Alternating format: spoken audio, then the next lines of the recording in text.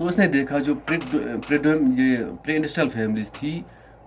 Joint families تھی، وہاں پہ لوگ جو ہوتے تھے وہ زیادہ سائیکالوجیکلی، زیادہ مورلی زیادہ وہ اسٹرانگ ہوتے تھے، جبکہ آج کل کی جو انڈسٹریل نیوکلیر فیملیز ہوتے ہیں وہاں پر لوگوں میں، وہ سپاؤس میں، وائف میں، ہسبینڈ میں جو ہے وہ ایموشنلی ڈسٹربڈ ہوتے ہیں۔ کیوں ہوتے ہیں؟ اس نے پھر یہ ایک ہائپوتھیسس دی کہ سنس جو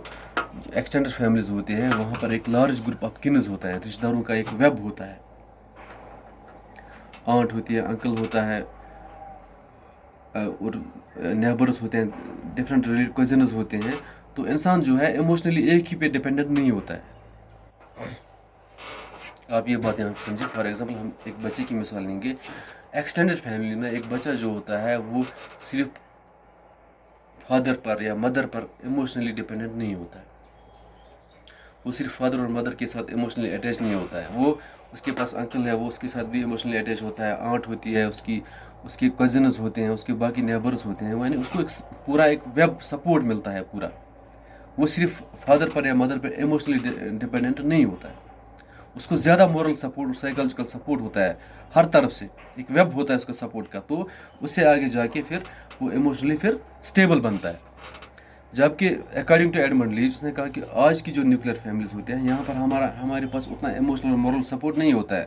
وائف ہولی اینڈ سولی ڈپینڈنٹ ہوتی ہے ہسبینڈ پہ، ہسبینڈ ہولی اینڈ سولی ایموشنلی، سائیکالوجیکلی، مورلی ڈپینڈنٹ ہوتا ہے وائف پہ، اور بچہ جو ہے وہ بھی ڈپینڈنٹ کن پہ ہوتا ہے؟ ایموشنلی، مورلی اور سوشلی ڈپینڈنٹ ہوتا ہے وائف پہ، اور مدر پہ اور فادر پہ۔ اب ریکوائرمنٹ جو ہے بڑھ گئی ہے سپورٹ کی، لیکن ایڈمنڈ لیچ نے کہا پھر یہ ایک اوور لوڈڈ سرکٹ بن جاتا ہے۔ فار ایگزامپل اس سے پہلے بہت زیادہ سپورٹ تھا، ہر کسی کا سپورٹ تھا بچے کو، ایک ہی پہ وہ ڈپینڈنٹ نہیں تھا، اب وہ سارا جو ہے وہ ڈپینڈنٹ ہے اپنے پیرنٹس پہ۔ اب مورل سپورٹ، سائیکالوجیکل سپورٹ، باقی جو سپورٹ ہے وہ اب اس کو وہ اتنا نہیں ملے گا، کیونکہ اب اس کو یہ سارا کچھ ایک ہی آدمی سے چاہیے، اپنے فادر سے چاہیے یا مدر سے چاہیے، اور مدر اور فادر جو ہے ان کی اپنی اپنی پھر پرابلمز ہوتی ہے، وہ نہیں اس کو اتنا وہ سپورٹ دے سکتے۔ تو اس کا کہنے کا مقصد یہ تھا جو آج کی نیوکلیر فیملیز ہوتے ہیں یہاں پر ہم، فار ایگزامپل اس نے مثال دی اوور لوڈڈ سرکٹ کی، یعنی اگر ہمارے پاس الیکٹرسٹی مل رہی ہے، ہماری ریکوائرمنٹ اتنی ہے اس حساب سے اتنی مل رہی ہے، لیکن اگر ہماری ریکوائرمنٹ ڈبل ہو جائے گی لیکن وہاں سے تو سپلائی اتنی ہی رہے گی، تو پھر وہ سرکٹ بلون اپ ہوتا ہے، وہ ٹوٹ جاتا ہے، پھر فیوز سٹ جاتا ہے۔ وہی ایگزامپل اس نے دی کہ آج جو ہے ہم جو آج کل ماڈل انڈسٹریل سوسائٹی ہے یہاں پر ہمیں زیادہ مورل سپورٹ چاہیے، سائیکالوجیکل سپورٹ چاہیے، لیکن ملتا کم ہے،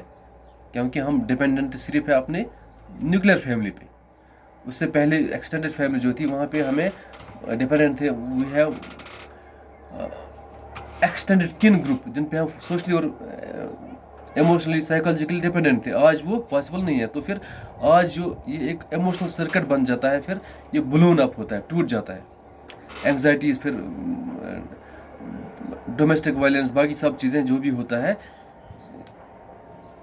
نیوکلیر فیملیز میں زیادہ ہوتا ہے، ایموشنلی ڈسٹربڈ لوگ نیوکلیر فیملیز میں زیادہ پائے جاتے ہیں، کیونکہ ان کو اتنا زیادہ ایموشنل سپورٹ، مورل سپورٹ نہیں ملتا ہے، یہ صرف ایک دوسرے پہ ڈپینڈنٹ ہے، ایک دوسرے پہ ان کو سب کچھ ایک دوسرے سے ہی چاہے، جبکہ اتنا پاسبل نہیں ہوتا ہے، تو پھر بلون اپ ہوتا ہے وہ سرکٹ۔ ایڈمنڈ لیچ کا مقصد تھا کہ extend families were far better, because extend families میں مورل سپورٹ، سائیکالوجیکل سپورٹ اتنا زیادہ ملتا تھا، ہم ایک دوسرے پہ ڈپینڈنٹ نہیں ہوتے تھے، بلکہ ہمیں ایک وائڈر سوسائٹی ہوتی ہے جس پہ ہم ڈپینڈنٹ ہوتے ہیں، they were far better emotionally, psychologically stable then modern industrial society, then nuclear family. Nuclear family میں زیادہ کنفلکٹس پھر بڑھ جاتے ہیں۔ Thank you. ٹوڈے آج ہم نے یہی ڈسکس کیا کہ ایک کرٹیکل انالیسس فیملی کی کہ فیملی جو ہے یہ فنکشنل ہو سکتی ہے ایک کے لیے، دوسرے کے لیے ڈس فنکشنل ہو سکتی ہے۔